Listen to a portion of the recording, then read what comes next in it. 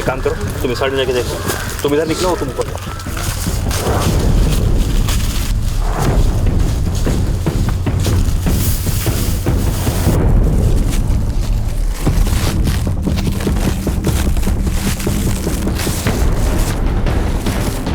Sir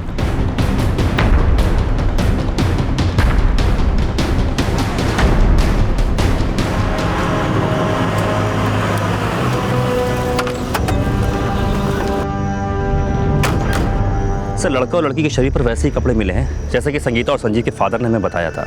लड़के की जेब से 17 रुपए निकले हैं और लड़की सिल्वर रिंग पहनी हुई है। सर, मर्डर में लूट का मोटिव नहीं लगता। मोटिव नफरत या रंजे से जुड़ा हो सकता है। कैप्टन रमन भाटिया को इन्फॉर्म किया? हाँ सर, जैसा कि आपने बोला था, शिनाख्त के लिए बुलवा लिया है।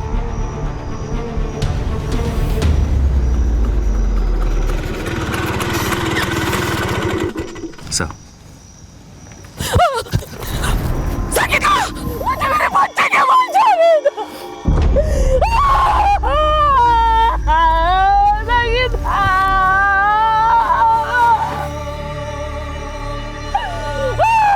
Captain Raman, are you sure ये संगीता और संजीव ही हैं?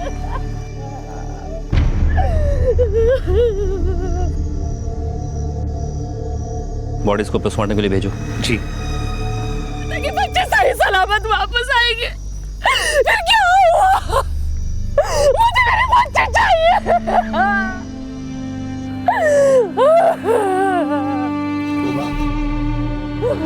उमा, उमा, उमा, उमा, उमा।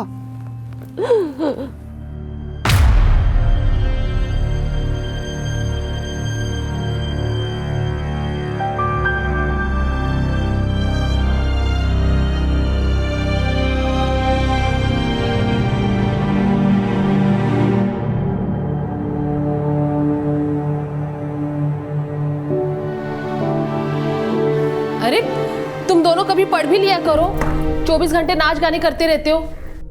अरे तुम दोनों सुन ही नहीं रहे हो। होमवर्क हो गया तुम दोनों का? हाँ माँ, होमवर्क कर लिया है हमने। कम ऑन उमा, कर लेंगे होमवर्क। अरे आपने तो इनको बिगाड़ के रख दिया है।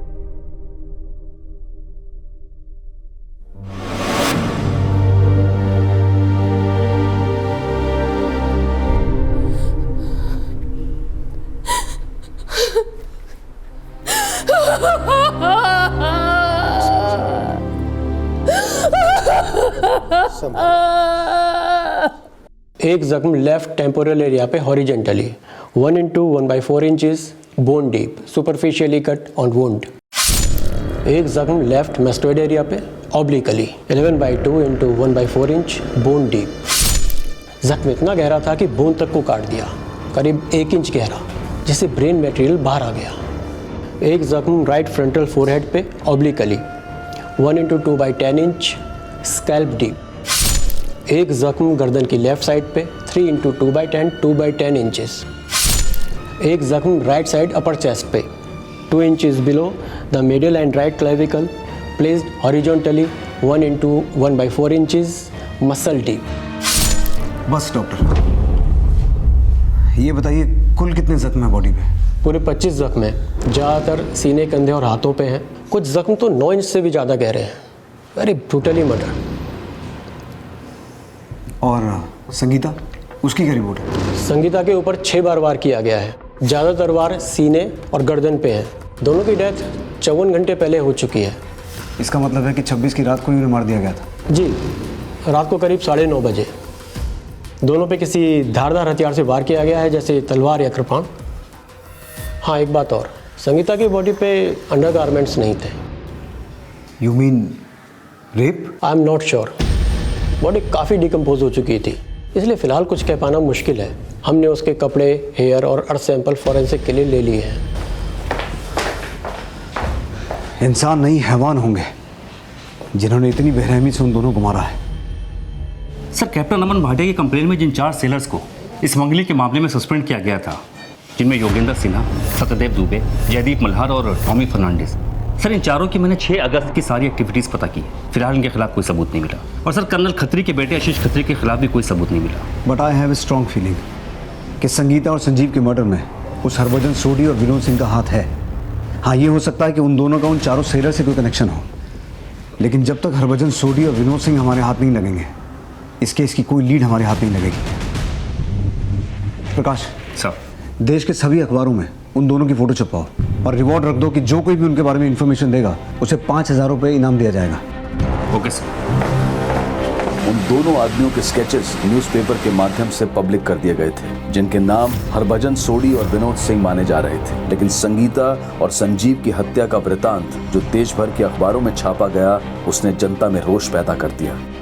संगीता और संजीव की हत्या का केस देश के अखबारों की हेडलाइंस बन गया था और सारा दबाव दिल्ली पुलिस पर आ गया था, जो ये मान रही थी कि संजीव और संगीता की हत्या में उन दो संदिग्धों का हाथ हो सकता है, जिनके स्केचेस के अलावा फिलहाल उनके पास और कुछ नहीं था। लेकिन suspended sailor Jogendra Sinha, Jaidev Malhar, Tony Fernandes, Satyadev Dubey और कर्नल खत्री का बेटा आशीष खत्री भी शक के दायरे में थे। लेकिन पुलिस को अभी तक ये नहीं पता था कि संगीता और संजीव की हत्या के तकरीबन 3.5 घंटे पहले उन्होंने एक अनजान आदमी से उसकी कार में लिफ्ट ली थी।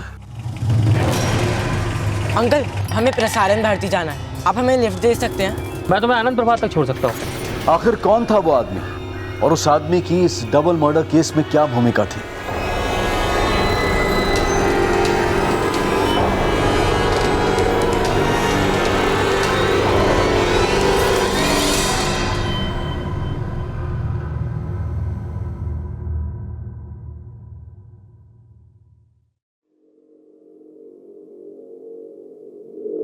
भाभी जी नमस्कार। हिम्मत रखिए, पूरा दिल्ली आपके लिए सड़कों पर उतर गया। रमन, मुझे पता है तुम मेरे बेटे पे शक कर रहे थे, लेकिन अब तो तुम्हें पता चल गया होगा ना कि पुलिस उन दो लड़कों को ढूंढ रही है, संजीव और संगीता के मर्डर के लिए। जिसने भी ये घृणित काम किया है, पुलिस उसे बहुत जल्दी ढूंढ लेगी। प्रकाश, मिनिस्ट्री का बहुत प्रेशर है, हमें जल्द से जल्द उन दोनों को ढूंढना होगा। सर, मैंने दिल्ली के सभी हिस्ट्री शीटर की लिस्ट चेक की है, पर इस हरभजन और विनोद का कहीं कोई क्रिमिनल रिकॉर्ड नहीं मिला है। और सर, हम दूसरे स्टेट की पुलिस से भी लगातार कोऑर्डिनेट कर रहे हैं, पर अभी तक कहीं से कोई रिस्पॉन्स नहीं आया।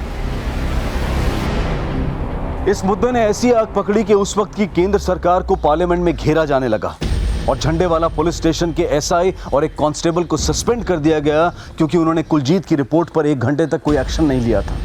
लेकिन इस सब से भी जनता का आक्रोश शांत नहीं हुआ और अखबारों में लगातार लिखा जा रहा था कि दिल्ली में मानवता का खून हो चुका है। इसी दौरान वो आदमी दिल्ली कैंट पुलिस स्टेशन पहुंचा जिसने संगीता और संजीव को अपनी कार से लिफ्ट दी थी। सर, मैं डॉक्टर चड्ढा, इन दोनों बच्चों को मैंने अपनी गाड़ी से लिफ्ट दी थी। अंकल, हमें प्रसारण भारती जाना है, आप हमें लिफ्ट दे सकते हैं? मैं तुम्हें आनंद प्रभात तक छोड़ सकता हूँ। चलो दीदी। और फिर मैंने उन्हें आनंद प्रभात के पास ड्रॉप कर दिया। Thank you uncle. Thank you uncle. बहुत ही हंसमुख बच्चे थे सर। मैंने देखा कि इनका मर्डर हो गया है तो पहले तो मुझे यकीन ही नहीं हुआ। फिर मैंने सोचा कि आपके पास जाकर सब कुछ सच बता देना चाहिए। आनंद प्रभात छोड़ने के बाद फिर आप कहाँ गए थे? मैं वहाँ से मंडी हाउस निकल गया सर। मंडी हाउस में कहाँ? मंडी हाउस में कमानी ऑडिटोरियम, वहाँ पर एक शो था जिसे देखने के लिए मुझे जाना था। उस शो की टिकटें हैं आपके पास? जी नहीं, वो तो मैंने फेंक दी। अच्छा, जब आप संगीता और संजीव को आनंद प्रभात छोड़ कर गए थे तो वहाँ पर आपने इन दोनों में से किसी को देखा था? जी नहीं सर, इनमें से तो किसी को नहीं देखा वहाँ। हो सकता है डॉक्टर चड्ढा झूठ बोल रहा हो। उसका बैकग्राउंड अच्छे से चेक करो और ये चेक करो कि वाकई उस दिन कमानी थिएटर में शो देखने गया था या कहानी बना रहा है। Okay sir. Yogendra, Jaidev, Satyadev, Tommy और आकाश के बाद अब डॉक्टर रामनिवास चड्ढा को भी खंगाला जा रहा था और उसी दौरान पुलिस को इस केस में एक अहम लीड मिली। सर, बॉम्बे पुलिस हेडक्वार्टर से बॉम्बे क्राइम ब्रांच के एसआई संदीप पवार ने हमें यह बताया है कि इन दोनों का ही बॉम्बे का क्राइम रिकॉर्ड है। सर, जिसे अब तक हम विनोद सिंह समझ रहे थे, बॉम्बे पुलिस रिकॉर्ड में इसका नाम जसवीर सिंह उर्फ भिल्ला है और ये हरभजन सोडी कुलजीत सिंह उर्फ गंगा है। सर, बॉम्बे पुलिस ने इनके असली फोटो और इनसे जुड़े हुए सारे इंफॉर्मेटिव डॉक्यूमेंट्स दोपहर की फ्लाइट से दिल्ली भिजवा दिए हैं।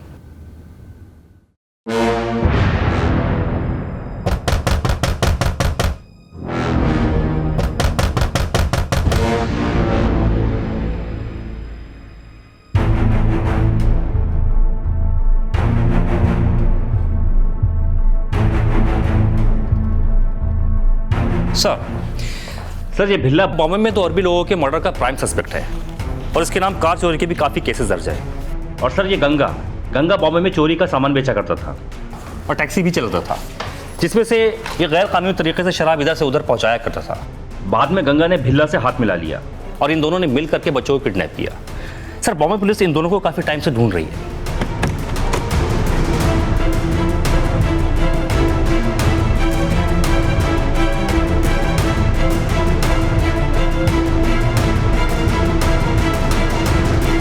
गंगा और भिल्ला की फैमिलीज की कोई डिटेल? सर भिल्ला की तो कोई फैमिली डिटेल हमारे पास नहीं है, लेकिन बॉम्बे पुलिस का कहना है कि गंगा की एक बहन हरियाणा में कहीं रहती है। हरियाणा में? तो फिर हो सकता है कि सर विल्सन हॉस्पिटल से ये दोनों हरियाणा या फिर दिल्ली से कहीं बाहर भाग गए हों। उनके पास एक ग्रे कलर की गाड़ी है जिसके ऊपर उन्होंने फेक नंबर प्लेट लगा रखी है। प्रकाश सर एरिया की सभी मोटर सर्विसिंग सेंटर से पता करो, हो सकता है उन्होंने कार का रंग बदलवा लिया हो। अब हमारे पास इनका फोटो भी है। प्रकाश किसी भी तरह से पता करो ये दोनों कहाँ हो सकते हैं। Okay sir.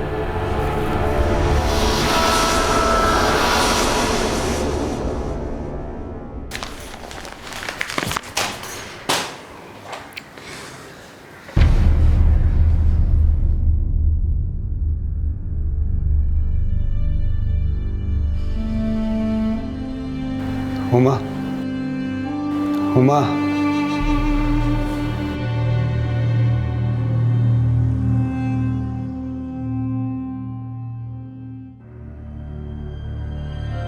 हुमा, तुम कुछ दिनों के लिए अपने पेरेंट्स के पास चली जाओ। यहाँ ये सब यहाँ रहो या वहाँ, मेरे बच्चे तो वापस नहीं आएंगे ना। काश मैं इन्हें वापस ला सकता। मैंने इतना हेल्पलेस, इतना लाचार कभी महसूस नहीं किया। मैं जानती हूँ आप भी संजू और संगीता के बिना रह नहीं सकते, फिर हम जिंदा क्यों हैं?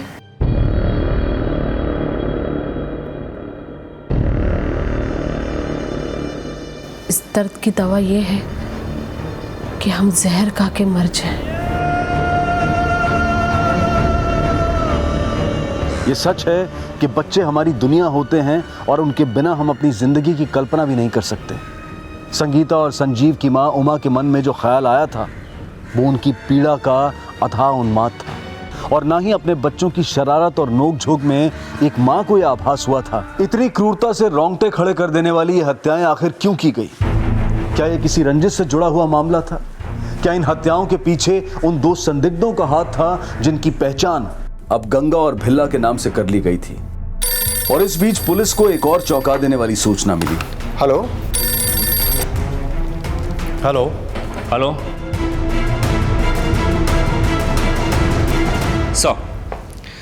सर अभी भी एक इन्फॉर्मेशन मिली है। आदर्श नगर के मजलिस पार्क इलाके में ग्रे कलर की गाड़ी खड़ी मिली है सर, जिसका नंबर है DHI 4802। सर मजलिस पार्क में रहने वाले किसी दीपक त्रिपाठी नाम के एक आदमी ने पुलिस कंट्रोल रूम को कॉल करके ये बताया था कि वो गाड़ी कई दिनों से वहां पर लावारिस खड़ी है। उसके बाद आदर्श नगर पुलिस वहां पर पहुंची थी सर।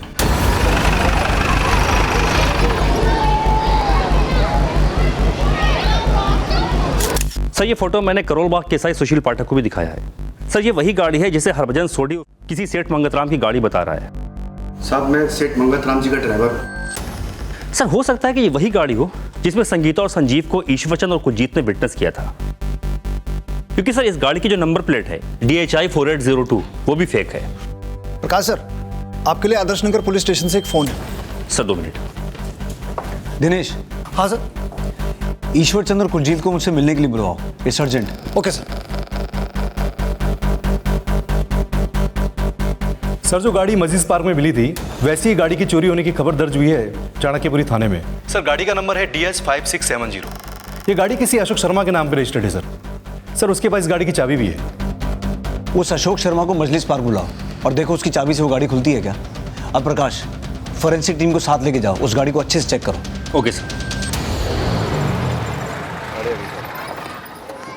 सर ये मेरी ही कार है। चाबी है इसकी? है। खोलिए इसे।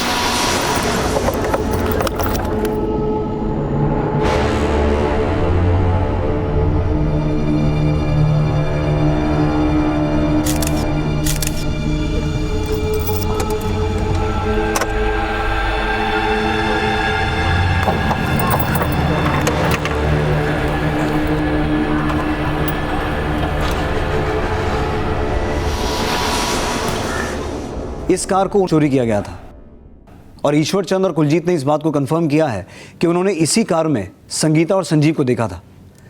उस वक्त इस कार का नंबर था HRK 3930, जो कि एक फेक नंबर था। एसआई सुशील पाठक ने हरभजन उर्फ गंगा और विनोद सिंह उर्फ भिल्ला को इसी कार में देखा था और उस वक्त इस कार का नंबर था DHK 984। इसका मतलब ये हुआ कि वो लगातार इस कार का नंबर बदल रहे थे और इस कार के अंदर से हमें जो ब्लड स्पॉट्स मिले हैं उससे ये बात साफ होती है कि इसी कार में संगीता और संजीव को अगवा किया गया था। लेकिन संगीता और संजीव का मर्डर क्यों और किस इरादे से किया गया? जब तक इस कार की फोरेंसिक रिपोर्ट आती है तब तक मजलिस पार्क इलाके में दोबारा एक बार अच्छे से पूछताछ करो। इन दोनों में से किसी को देखा है? साहब मैंने इसको तो नहीं, लेकिन इसको इस कार में देखा है और मुझसे किसी अनवर के बारे में पूछा था, गली नंबर 2 के पास। साहब मुझे किसी अनवर के बारे में पता नहीं था, इसलिए मैं उसको मना करके वहां से चला गया। हाँ सुशील, मजलिस पार्क का हर दरवाजा खड़काओ और पता करो कि ये अनवर कौन है और कहाँ रहता है। शायद ये अनवर ही हमें गंगा और भिल्ला तक पहुंचाने में मदद करे। पुलिस ने मजलिस पार्क में काफी पूछताछ की, लेकिन फिलहाल ना किसी अनवर के बारे में कुछ पता लग पाया और ना ही गंगा और भिल्ला से जुड़ी कोई इन्फॉर्मेशन हाथ लगी। और ये 2 हफ्ते उनके माता पिता की उस अथाह पीड़ा के गवाह थे, जिनकी आंखों के नूर उनके आंसुओं की वेदना बयां कर रहे थे। उमा, जिंदगी अगर बोझ भी बन जाए तो मौत तो उसका हल नहीं हो सकता ना। और फिर जब तक हमारे बच्चों को इंसाफ नहीं मिलता, हम मरने के बारे में सोच कैसे सकते हैं? कब मिलेगा इंसाफ? एक हफ्ते से रोजाना उन दोनों की फोटो अखबार में छप रही है, लेकिन कुछ नहीं हुआ। अगर पुलिस अपना काम सही से करती तो हमें अपने बच्चे का मरा हुआ मुंह देखना नहीं पड़ता। अगर पुलिस ने अपना काम सही से नहीं किया तो मैं ढूंढूंगा उन्हें और पूछूंगा क्यों हमारे बच्चों को इतनी बेरहमी से मार दिया। मेरे हाथ आ गए।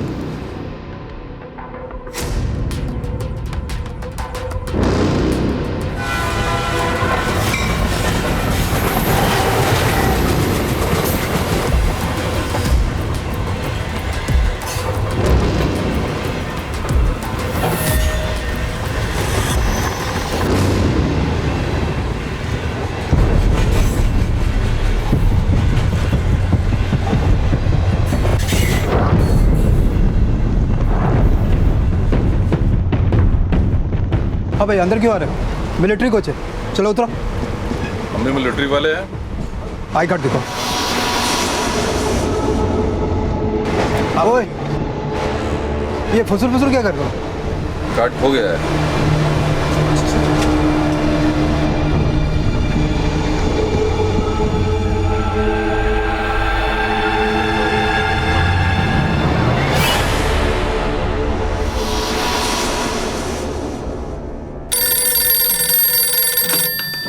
हेलो,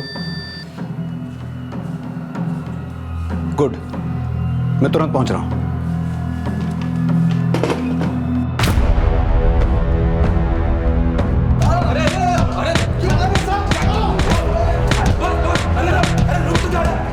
सर गंगा और भिल्ला आगरा में आर्मी कोच में चढ़ गए। वहाँ आर्मी वालों ने उन्हें पकड़कर नई दिल्ली रेलवे पुलिस को सौंप दिया और वो उन्हें यहाँ ले आए। आइए सर, ये सब उनके पास से मिला है। सर भिल्ला की जेब में ये 32 बोर का कारतूस मिला है। एक बैग था उनके पास, जिसमें ये खून के धब्बे वाले कपड़े मिले हैं। उसकी जेब में सर ये चाबियों का गुच्छा था और आगरा के होटल विजय की ये स्लिप। और सर गंगा के पास से एक कृपाण मिला है। एक बात हो सर, भिल्ला के माथे पर जख्म का ठीक वैसा ही निशान है जैसा कि सर विल्सन हॉस्पिटल के डॉक्टर प्रकाश अय्यर ने हमें बताया था। ये कृपाण और कपड़े फोरेंसिक जांच के लिए भेजो और उन दोनों के फिंगरप्रिंट्स, हैंडराइटिंग सैंपल और बाल के सैंपल लो और उनका thumb impression sir Wilson hospital की एक्सरे स्लिप से मैच करके देखो, फिर उनसे बात करते हैं। Okay sir. क्यों मारा उन बच्चों को? हमने किसी को नहीं मारा साहब। घुमा फिरा के बोलेगा तो भी बचेगा नहीं। खुद मारा या किसी के कहने पे मारा? हम पर उल्टा इल्जाम लगाया जा रहा है साहब।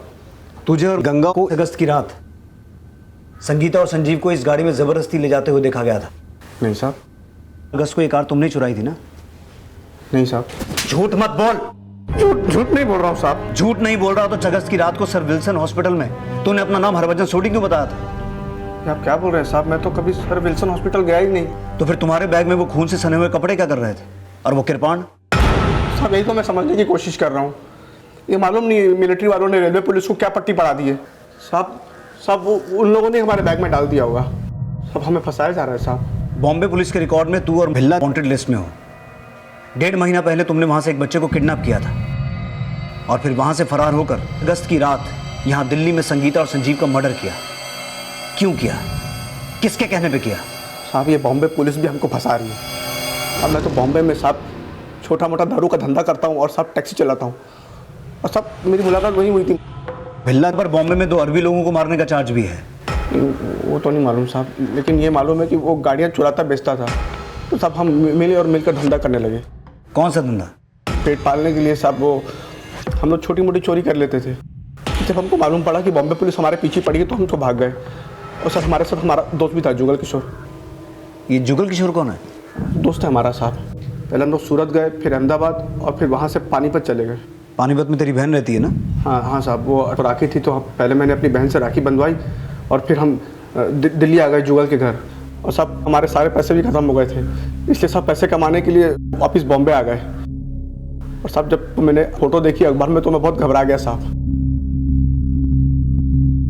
मेरे कुछ समझ में नहीं आ रहा था साहब। फिर मैं बॉम्बे से वापस आ गया, बॉम्बे पुलिस से डरकर। फिर हम आगरा गए। फिर हम जब मद्रास के लिए निकल रहे थे तो अब सब मिलिट्री वालों ने हमको पकड़ लिया ट्रेन में। सर 5 को बॉम्बे के लिए निकला तो 6 को मैं विल्सन हॉस्पिटल कैसे आ सकता हूँ? तेरे सर पे चोट कैसे लगी? ये चोट बॉम्बे में लगी। मैं 5 को दिल्ली से निकला और 7 को बॉम्बे पहुंचा। फिर 8 को फिर मैंने मोहम्मद अली रोड से एक कार उठाई। सर मैं कार में बैठा था तभी 4 लोगों ने मुझे घेर लिया। उन्हीं के एक के पास तलवार थी सर, बड़ी वाली। तो सीधे हमला किया और बचने के लिए मैं झुका तो तलवार सीधे मेरे सर में घुस गई। बहुत खून निकल रहा था तो मैंने पास में गिरगांव में एक डॉक्टर है, उनसे मैंने टाके लगवा लिए। डॉक्टर का नाम क्या था?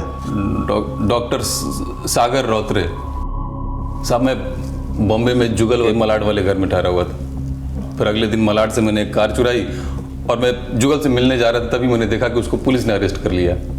मैं डर गया, मुझे लगा अगर जुगल ने मुंह खोल दिया तो मैं भी फंस जाऊंगा। फिर मैंने ट्रेन पकड़ी और मैं दिल्ली आ गया। फिर दिल्ली में मैंने अपनी और गंगा की तस्वीर अखबार में देखी। फिर हम दोनों आगरा चले गए और आगरा से हम मद्रास जा रहे थे, तभी ये आर्मी वालों ने हमें पकड़ लिया। सब ये दोनों कहानियां बना रहे हैं। सब इंस्पेक्टर सुशील पाठक और डॉक्टर प्रकाश अय्यर को इनकी पहचान के लिए बुलाओ, क्योंकि उन दोनों ने 6 तारीख को इन्हें बहुत करीब से देखा था। Okay sir.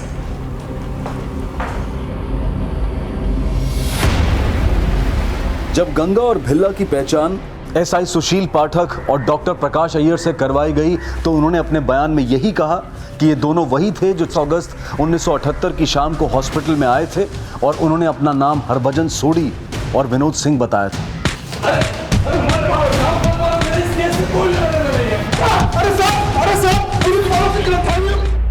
सर बड़ा ही शातिर मुजरिम है, कुछ भी कबूलने को तैयार नहीं। बॉम्बे पुलिस से उस गिरगांव वाले डॉक्टर सागर रोत्रे के बारे में पता करो, जिसके बारे में भिल्ला ने हमें ये बताया था कि उसने अपने सर की पट्टी वहां से करवाई थी। और बॉम्बे पुलिस से ये भी पूछना कि उनका दोस्त जुगल किशोर उनकी कस्टडी में है क्या। प्रकाश सर, भिल्ला की जेब से हमें आगरा के होटल विजय की एक स्लिप मिली थी। आगरा पुलिस से कॉन्टैक्ट करो और अपनी एक टीम वहां ले जाकर अच्छे से छानबीन करो। एंड वेरी इंपॉर्टेंट, भिल्ला को दोबारा हॉस्पिटल लेके जाओ, उसके सर का दोबारा एक्सरे करवाओ। आई एम श्योर उसके इंजरी मार्क्स उस एक्सरे से मैच करेंगे जिसकी रात को किया गया था।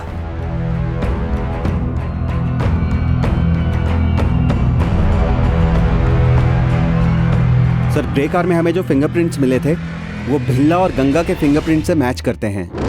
और ड्राइवर सीट के फुट मैट पर हमें जो बाल मिला था वो बाल गंगा का है। और गाड़ी की पिछली सीट पर हमें जो बाल मिला था वो बाल भिल्ला का है। और गाड़ी में जो ब्लड सैंपल्स मिले थे सर, भिल्ला और गंगा के कपड़ों पर से जो ब्लड सैंपल्स मिले थे वो भी संगीता और संजीव के ब्लड ग्रुप से मैच होते हैं सर। और गाड़ी से हमें जो अर्थ सैंपल्स मिले थे वो भी उस जगह के अर्थ सैंपल से मैच करते हैं जहां से हमें संगीता और संजीव की लाश मिली थी। और गाड़ी का जो फेक नंबर है DHI 4802, जब मैंने उसका केमिकल एनालिसिस किया तो पता चला कि उस नंबर प्लेट पर और एक नंबर है जो कि DHK 984 है। जिस रात वो सर विल्सन हॉस्पिटल गए थे उस रात भी उनकी कार का नंबर DHK 984 ही था। और भिल्ला का जो थंब इम्प्रेशन है वो एक्सरे स्लिप में मिले थंब इम्प्रेशन के साथ पूरा मैच करता है।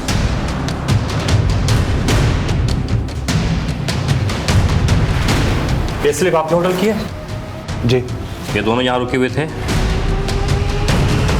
हाँ सर। किस रूम में? Room number 23।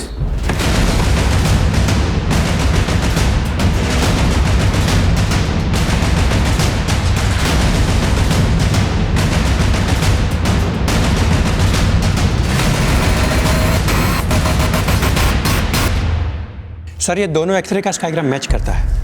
भिल्ला का प्रेजेंट एक्सरे कंफर्म करता है कि उसका घाव 15 दिन पुराना है, जिसका एक्सरे तो लिया गया था जब वो अपना नाम विनोद बता रहा था। हेलो सर, आगरा के जिस होटल में गंगा और भिल्ला रुके हुए थे उस कमरे की हमने छानबीन की है सर। वहां से हमें एक तलवार मिली है सर। उस तलवार पर ब्लड के धब्बे भी हैं। ये तलवार वो मर्डर वेपन हो सकता है जिससे संगीता और संजीव को मारा गया था। उस तलवार को फोरेंसिक टीम को हैंडओवर करो। ये सभी एविडेंस ये क्लियर करते हैं कि गंगा और भिल्ला ने ही संगीता और संजीव की हत्या को अंजाम दिया। कल उन दोनों की कोर्ट में पेशी है और हम कोर्ट से अपील करेंगे कि उन्हें कैपिटल पनिशमेंट दिया जाए, क्योंकि ये case rarest of the rare category में आता है। सभी सर्कमस्टेंशियल एविडेंस गंगा और भिल्ला के खिलाफ थे, लेकिन कोर्ट में अपनी पेशी के दौरान वो दोनों अपने बयान पर कायम रहे, जो इस केस को और भी पेचीदा बना रहा था। हालांकि माना यही जा रहा था कि संजीव और संगीता की हत्या उन दोनों ने ही की होगी, लेकिन उनके इनकार और सच्चाई की तह में अब भी ये सवाल जिंदा थे कि उन्होंने ये अपराध किसके कहने पर किए थे, या फिर सच्चाई कुछ और ही थी। पानी पिला दो। पानी भी नहीं, कुछ नहीं मिलेगा, चुपचाप बैठ अंदर।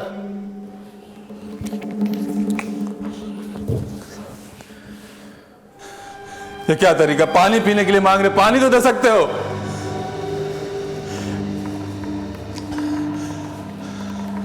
कोई है, सुन तो लो।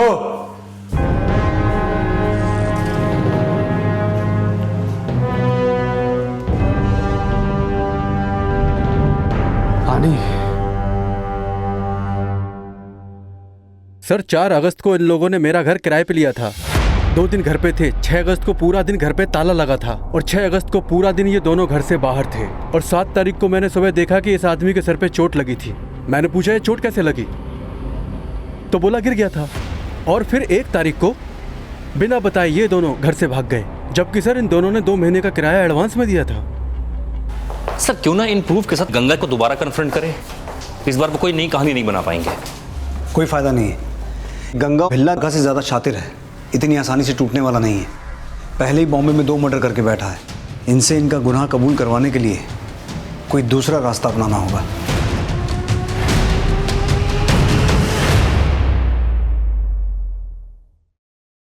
तेनू शर्म ना आई इन्ना गंदा काम करते हुए? तेनू पता है मैनू लोग पानीपत विच की कहंदे हैं? रेपिस दी बहन कहंदे हैं कि वो भी मेरे नाल वही करेंगे जो तू संगीता नाल कीता। मेरा हुक्का पानी सब बंद हो गया है तेरी वजह से। मैं तेनू राखी बांधी, पर अब मैनू शर्म आंदी है कि मैं तेरे जैसे भाई की बहन हूं। अगर तू गलती कीती है तेनू रब दा वास्ता जीते जी पश्चाताप कर ले, नहीं तो तेनू नरक विच भी जगह नहीं मिलेगी।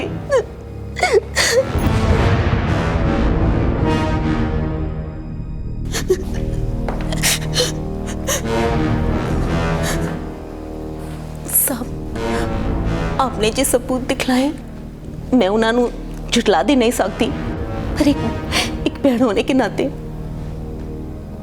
मैं दुआ करूंगी कि साडा भरा निर्दोष साबित हो।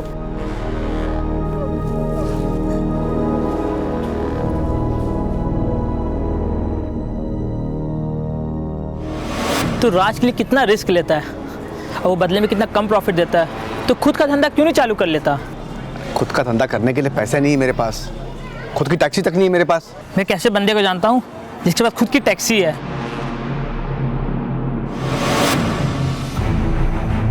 मैनू शर्म आंदी है कि मैं तेरे जैसे भाई की बहन हूं।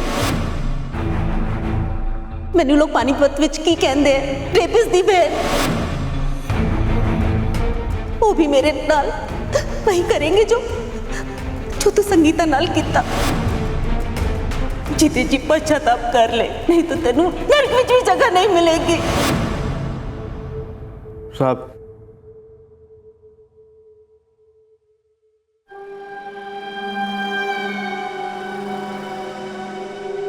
साहब मैं अपना गुनाह कबूल करना चाहता हूँ।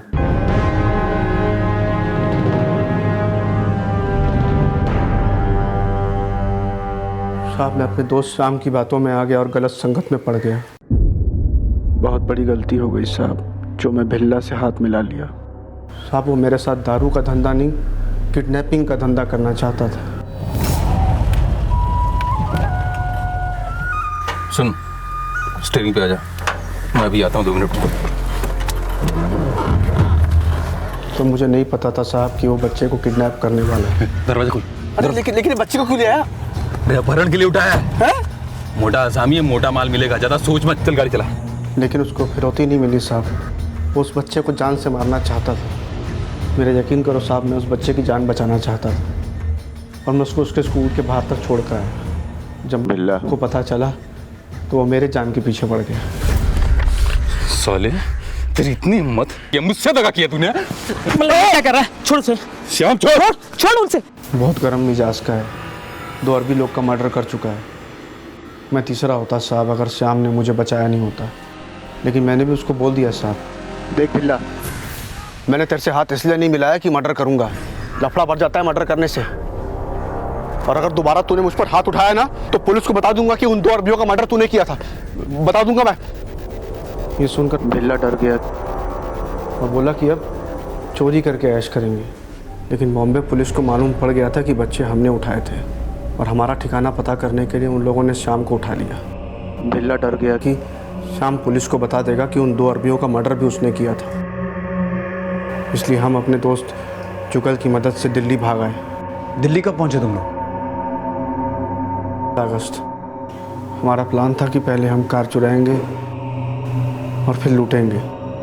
हम फतेहपुरी की एक लॉज में रुक गए। को करोल बाग से हमने कुछ नंबर प्लेट्स खरीदी और 40 नंबर लिखवाए। फिर हमने तलवार खरीदी, कृपान खरीदा और फिर उसमें धार लगवाई, और राखी थी तो मैं पानीपत चला गया। अपने बहन से राखी बंधवाई और उसी दिन वापस आ गया। ग्रे कलर की कार चुराई, उसका नंबर प्लेट बदल दिया।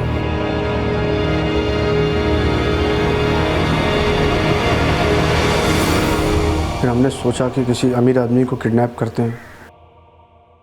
जुगल ने बोला कि मेरे मामा को किडनैप कर लो, बहुत अमीर है।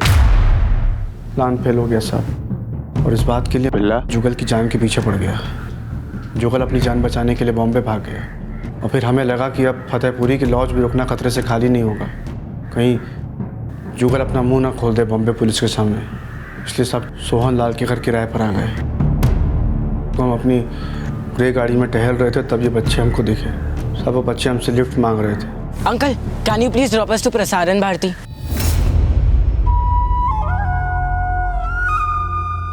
बैठो। चलो दीदी। हमें लगा बड़े घर की औलादें, इसलिए हमने उन्हें उठा लिया सब। भैया भैया गाड़ी रोको। गाड़ी रोकी, हमें कहीं नहीं जाना। भैया गाड़ी रोको। चुप करके बैठ जा। अरे हमने कहा ना गाड़ी रोको। गाड़ी रोकी, हमें कहीं नहीं जाना। हमने कहा गाड़ी रोको, हमें कहीं नहीं जाना। रोको गाड़ी, रोको गाड़ी। गाड़ी रोकिए। चुस्त बच्चे थे साहब, गुस्से में मुझसे भी कृपान चल गई। तभी लड़के ने बड़ी चुस्ती से गाड़ी को न्यूट्रल में डाल दी। गाड़ी रोकिए, गाड़ी रोकिए, हमें कहीं नहीं जाना। तभी एक आदमी हमारी तरफ आने लगा, हमने गियर चढ़ाकर एक्सीलेटर दबा दिया। साहब हम बुद्धा पार्क की तरफ जाने लगे तो एक सरदार जी ने हमें देख लिया और पीछा करने लगा।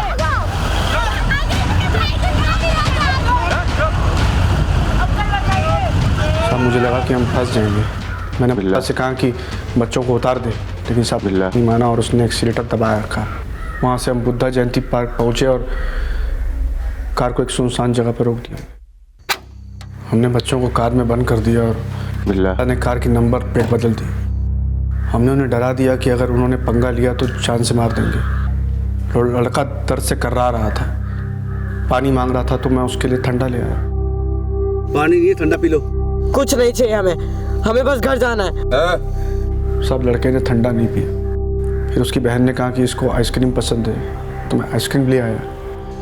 लो। नहीं चाहिए। अपनी बहन के कहने पर वो आइसक्रीम खाने लगा। फिर ने उनसे बात की। कहाँ रहता है? तेरे पापा क्या करते हैं? नेवी ऑफिसर है। उन्हें पता लगाना तो छोड़ेंगे नहीं तुम्हें।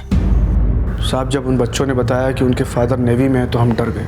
मैंने से मराठी में कहा कि इनको छोड़ दे, बुरे फंसेंगे, कि नेवी वालों की बहुत पहुंच होती है। लेकिन साहब के दिमाग में कुछ और ही चल रहा था। वो बच्चे रहम की भीख मांग रहे थे।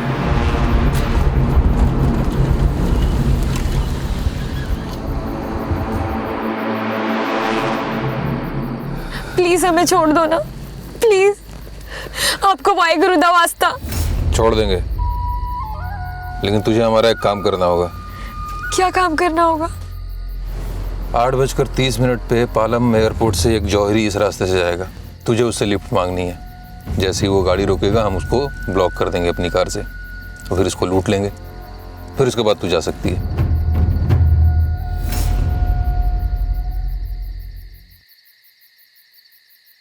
टाइम हो गया जौहरी का आने का। बाहर निकल के खड़ी हो जाओ।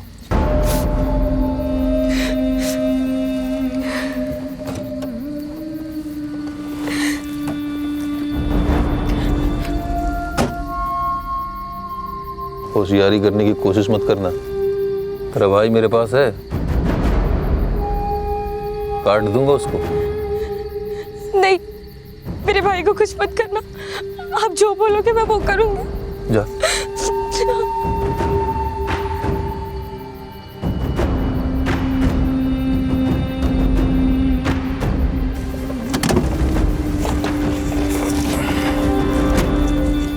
सुन, गाड़ी से तलवार निकालकर झाड़ियों में छिप जा। जा।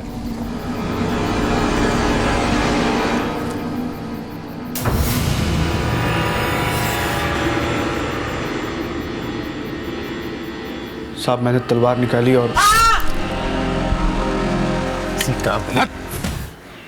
10 मिनट तक उस लड़के को तलवार से मारता रहा। उसने मुझे बुलाया और कहा कि इस लड़के को झाड़ी के पीछे फेंक दे और तलवार साफ कर दे। तलवार साफ करके जब मैं गाड़ी के पास पहुंचा, गाड़ी के पीछे कपड़े पड़े थे और उस लड़की के भी। कार के अंदर उस लड़की का रेप कर रहा था।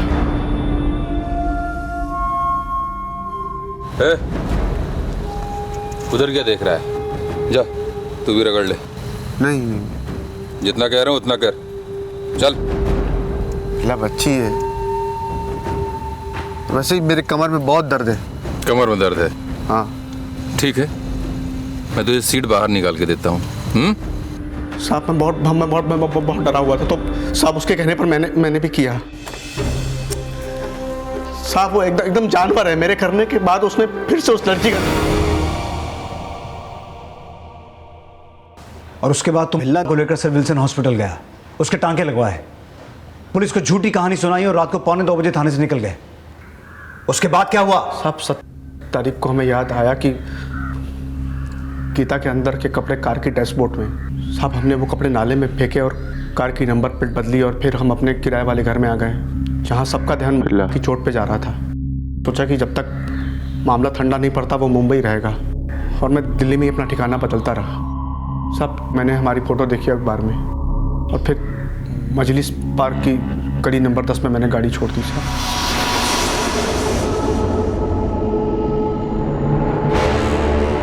फिर हम 1 हफ्ते के लिए आगरा भाग गए। तलवार छत पर छुपा दी और एक गन खरीद ली।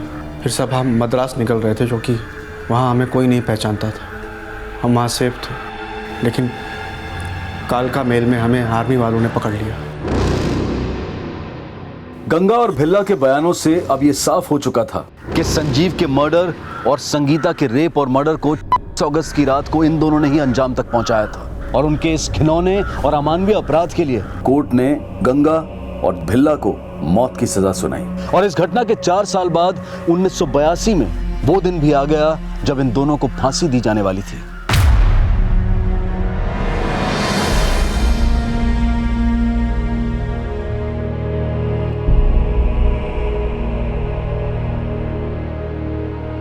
गंगा और भिल्ला को दी गई सजा उनका अंत बन गई। लेकिन इस घटना के तकरीबन 36 साल बाद भी गंगा और भिल्ला जैसे लोगों की क्रूर मानसिकता का अंत नहीं हो पाया है। और वास्तविकता यही है कि जब तक इंसान के अंदर का वहशीपन जिंदा रहेगा, मासूमियत रोज घायल होती रहेगी। जरूरत है इस वहशीपन को खत्म करने की। देखते हैं हमारे आज के एपिसोड की दूसरी कहानी। मेरी वाइफ शांत होकर बताइए क्या हुआ है, क्या बात है? सर मेरी वाइफ को 4 गुंडों ने किडनैप कर लिया सर।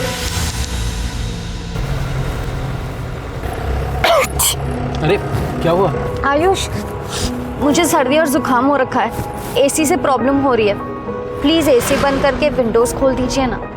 जैसा आप कहें मैडम, आपका हुक्म सर आंखों पर। अच्छा, जब तक मैं ठीक ना हो जाऊं ना, मेरे करीब आने की कोशिश मत करना।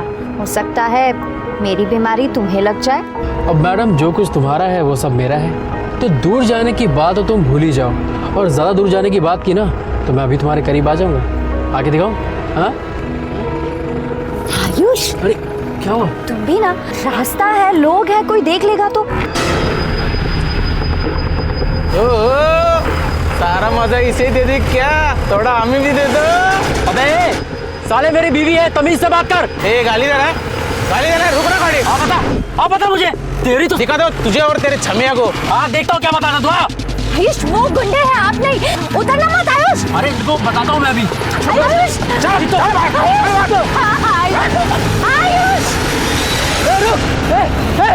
कहाँ हुआ ये सब?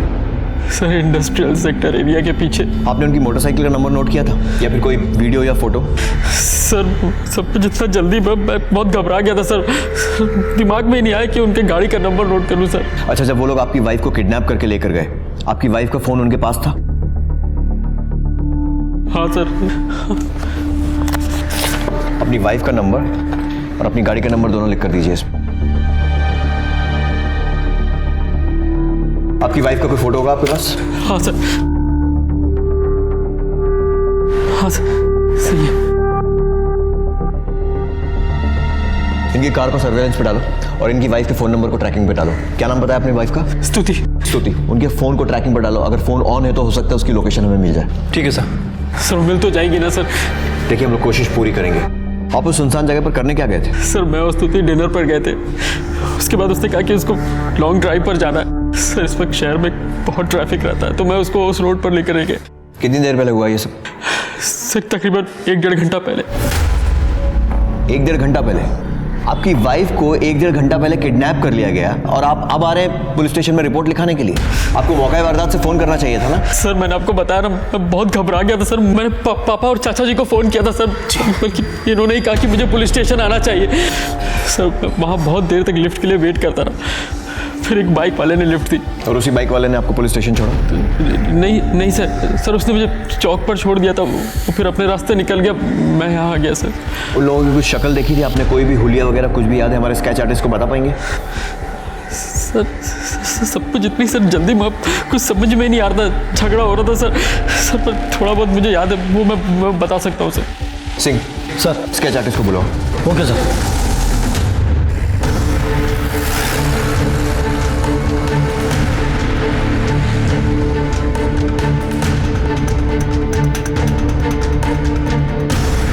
तुम लोग वहीं रुको, हम लोग पहुंच रहे हैं। ओके सर, पेट्रोलिंग टीम को इनकी गाड़ी कानपुर उन्नाव के पास जो कच्ची सड़क है वहां मिली है। सर मैं भी आपके साथ चलूंगा सर। सर मुझे स्तुति का बहुत टेंशन हो रहा है, प्लीज सर। चलो।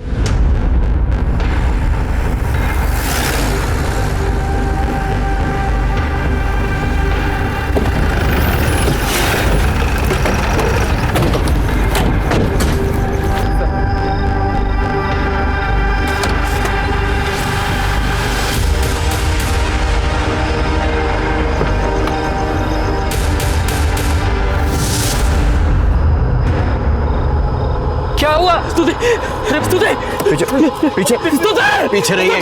क्या हो गया तुम्हें? कुछ मत छूइए, पीछे रहिए।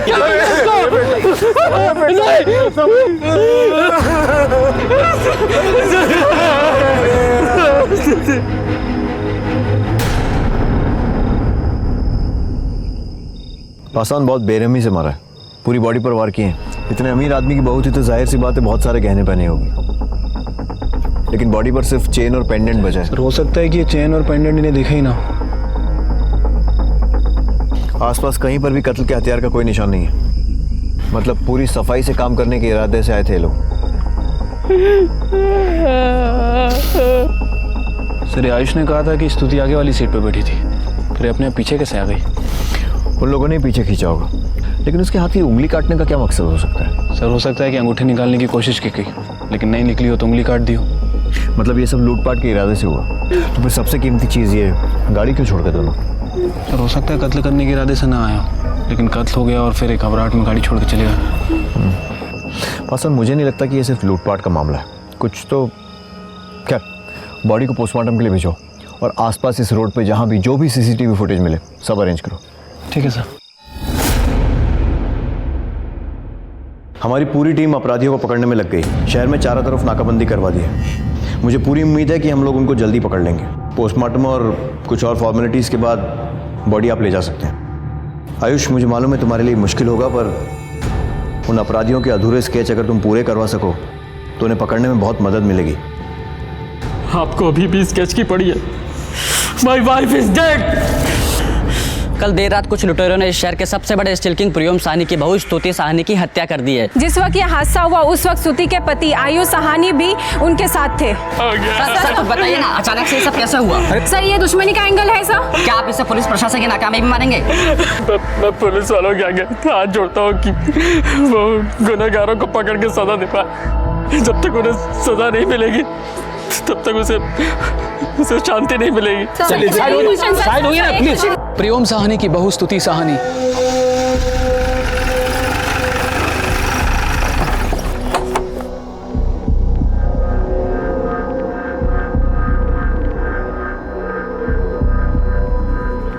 भाई साहब, वो आपने तो कहा था कि आयुष और स्तुति का एक्सीडेंट हुआ है और चूंकि स्तुति को चोट ज्यादा लगी है इसलिए वो आईसीयू में है। फिर ये सब भीड़ कैसी? भाई साहब हम नहीं चाहते थे कि आपको कोई सदमा लगे।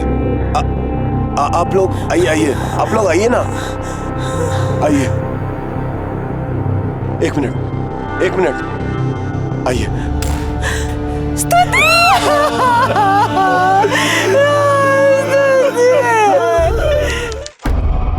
सर हाँ साहब, स्तुति की पोस्टमार्टम रिपोर्ट। सर रिपोर्ट के हिसाब से उसकी बॉडी पर 14 बार चाकू से वार किया गया और सर चाकू की इंटेंसिटी को देखकर लगता है कि पूरी ताकत से मारा गया।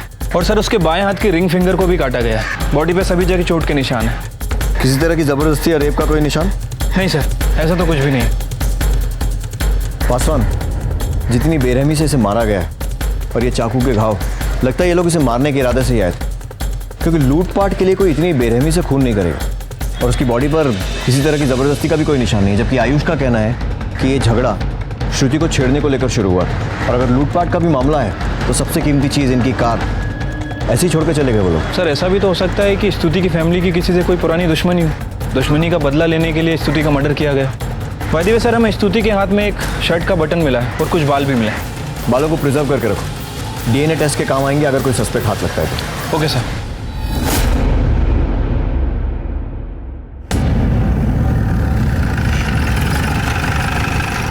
कानपुर में हमारा स्टील का बहुत बड़ा कारोबार है। बिजनेस कंपटीशन तो लगा रहता है। इसका मतलब ये तो नहीं कि कोई मेरी बहू को मार के चला जाएगा और बेटे को छोड़ देगा। और यहाँ कानपुर में हमारी किसी से कोई दुश्मनी भी तो नहीं है, किसी को जानते तक नहीं है यहाँ पर। और हमारी बेटी तो यहाँ बहुत खुश थी।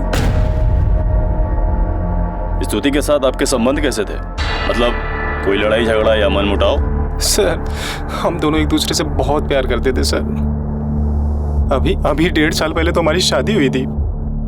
ऑफिस के काम के चक्कर में मैं बहुत बिजी रहता था सर। उसको टाइम नहीं दे पाता था, पर हर संडे में उसको घुमाने के लिए लेके जाया करता था sir. Last two last Sunday हम लोग रेन डांस के लिए गए थे सर। लास्ट संडे भी मैं उसको फिल्म दिखाने के लिए गया था और इस संडे हम लोग डिनर पे गए थे। Okay, thank you sir. Ayush, मैं सोच रही थी इस राखी में जबलपुर अपने घर चली जाऊं, अपने भाइयों को और कजिन्स को राखी बांध दें। और वैसे भी वो शिकायत कर रहे थे कि जब से मेरी शादी हुई है मैं उन्हें भूल ही गई हूँ। अरे तो एक काम करो ना, उन लोगों को कानपुर बुला लो। यार तुम्हें तो पता है ना, मैं तुम्हारे बिना एक पल भी नहीं रह सकता। और मैं जो तुम्हारे बिना अकेली घर पे रहती हूँ वो अरे उतना तो करना ही पड़ेगा ना, वरना जब कल को हमारे बच्चे होंगे तो हम उन्हें क्या खिलाएंगे। वैसे मैडम 1.5 साल हो गए हमारी शादी को। पता है पापा क्या पूछ रहे थे? पापा क्या? आयुष तुम भी ना बहुत बातें बनाने लग गए हो। सर सच कह रहा हूँ, सच में स्तुति से मैं बहुत प्यार करता था सर। मैं तो उसको इस दुनिया की सारी खुशियाँ देना चाहता था, उससे 1 मिनट के लिए भी दूर नहीं रहना चाहता था मैं। सर उस दिन भी लॉन्ग ड्राइव पे जाने का मेरा बिल्कुल मन नहीं था, पर उसके कहने पर मैं गया। काश अगर मैं नहीं गया होता तो आज वो हमारे बीच में। कौन से रेस्टोरेंट में गए थे आप? सर डायनोट रेस्ट्रो।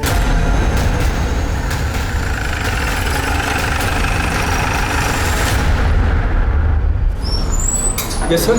14 जुलाई की रात का सीसीटीवी फुटेज देखना है हमें। Okay sir. इसके अलावा और कहीं सीसीटीवी लगा है रेस्टोरेंट में? रेस्टोरेंट के एंट्रेंस पे है। दिखाइए वो फुटेज। Yes sir. ये अपनी बीवी को अकेला छोड़कर कहाँ जा रहा है? आसान सर, आसपास की सारी दुकानों में पता करते हैं, जहाँ जहाँ पर सीसीटीवी लगा है उसका फुटेज देखते हैं, पता करते हैं ये यहाँ से निकल कर गया कहाँ था। आप अपनी पत्नी को रेस्टोरेंट में अकेला छोड़कर कहाँ गए थे? सर मुझे वहाँ थोड़ी घबराहट सी हो रही थी, इसलिए बाहर टहले गया था। बड़ी जल्दी खत्म हो गई आपकी घबराहट, क्योंकि आप रेस्टोरेंट से निकल कर उसके बाजू वाली दुकान से तो निकले, लेकिन 3-4 दुकान आगे भी नहीं पहुंचे, बल्कि उन्हीं 2 दुकानों के बीच में कहीं पर रुक गए थे। क्या कर रहे थे आप? सर मुझे बिजनेस से रिलेटेड कुछ ज़रूरी कॉल्स आ गए थे, तो उनसे बात करने के चक्कर में वहीं रुक गया था। और कपड़े वो कहाँ पर बदले? क्योंकि रेस्टोरेंट में तो आप शर्ट में थे, और जब पुलिस स्टेशन आए थे तो टी-शर्ट में थे। सर उस दिन झगड़े में मारपीट में मेरी शर्ट फट गई थी, सारे बटन टूट गए थे, इसलिए जब पापा को फ़ोन किया तो मैंने उनसे कहा था कि मेरे लिए कोई कपड़ा लेते आए। मारपीट? लेकिन उस रात जब आप पुलिस स्टेशन आए थे तो आपके बदन पर खरोच तक नहीं थी, पर आपकी घबराहट बड़ी अजीब है, और कुछ याद नहीं रहा, सिर्फ कपड़े मंगाना याद रहा। सर आप कहना क्या चाह रहे हैं? मैं झूठ कह रहा हूँ? मैं सिर्फ कुछ पता लगाने की कोशिश कर रहा हूँ। मुझे वो शर्ट चाहिए जो आपकी मारपीट में फट गई थी। इसलिए लोग पुलिस वालों पर भरोसा नहीं करते। अरे मेरी बीवी का खून हुआ, उसके कातिल को पकड़ने की बजाय आप मुझे को फंसा रहे हैं। पत्नी को बेइंतहा प्यार करने वाला पति जो हर घड़ी उसकी याद में रो रहा था, उसकी हर बात के अलग पहलू दिखाई दे रहे थे। पुलिस का शक गहराता जा रहा था। पुलिस का पहले से मानना था कि यह कत्ल सिर्फ लूट के इरादे से नहीं, बल्कि उससे भी बड़ी षड्यंत्र की बू लिए हुए है, और सीसीटीवी की फुटेज ने शक की इस गंध को और बढ़ा दिया। सवाल कई थे। आयुष स्तुति को छोड़कर कहां और क्यों गया? इस हादसे की खबर इतनी देर बाद क्यों दी गई? रेस्टोरेंट से पुलिस स्टेशन के बीच में आयुष के कपड़े कैसे बदले? और जो बात शक को सबसे ज्यादा पुख्ता कर रही थी वो ये कि जिस प्यार और अपनेपन का बखान आयुष कर रहा था वो दोनों के बीच नदारत था। क्या पुलिस सही दिशा में थी या वो भ्रमित हो रही थी? क्या ये केस सुलझने वाला था या फिर और भी ज्यादा उलझने वाला था? आयुष जी, आपको क्या लगता है आपकी बीवी की कत्ल की वजह लूटपाट है या कुछ और? पुलिस रेस्टोरेंट का सीसीटीवी क्यों छान रही है? क्या उन्हें आप पे शक है कि कहीं आपने? ये क्या बकवास कर रहे हैं आप लोग? एक तरफ आप लोग हैं जिन्हें किसी के दुख से कोई लेना देना नहीं है, और दूसरी तरफ पुलिस जो जल्द से जल्द इस केस को खत्म करने के लिए मुझे को फंसा रही है। मैं स्तुति से बहुत प्यार करता था, प्यार करता हूँ और करता रहूंगा। मेरी आप लोगों से रिक्वेस्ट है कि प्लीज मुझे परेशान मत कीजिए। One more question. Paswan sir, इसके कॉल रिकॉर्ड्स निकलवाओ तो। इसे पुलिस पे भरोसा दिलाना बहुत जरूरी है। ठीक है सर। केस बहुत हाई प्रोफाइल था। साहनी परिवार कानपुर शहर का जाना माना परिवार था, और ऊपर से पुलिस पर सीनियर्स का भी प्रेशर था, इसलिए पुलिस हर कदम फूंक फूंक कर रख रही थी।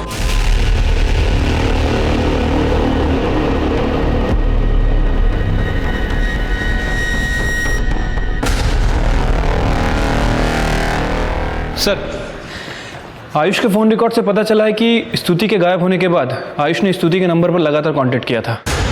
और सर ये देखिए, ये एक नंबर है। आयुष जब रेस्टोरेंट में था तो इस नंबर पर लगातार टेक्स्ट कर रहा था, और रेस्टोरेंट से निकलने के बाद भी उसने इस नंबर पर कॉल किया था। किसका नंबर? सर किसी सपना के नाम रजिस्टर्ड है। आयुष के ऑफिस में ही काम करती है। और सर ये रहे वो स्केच जो आयुष ने बनवाए थे।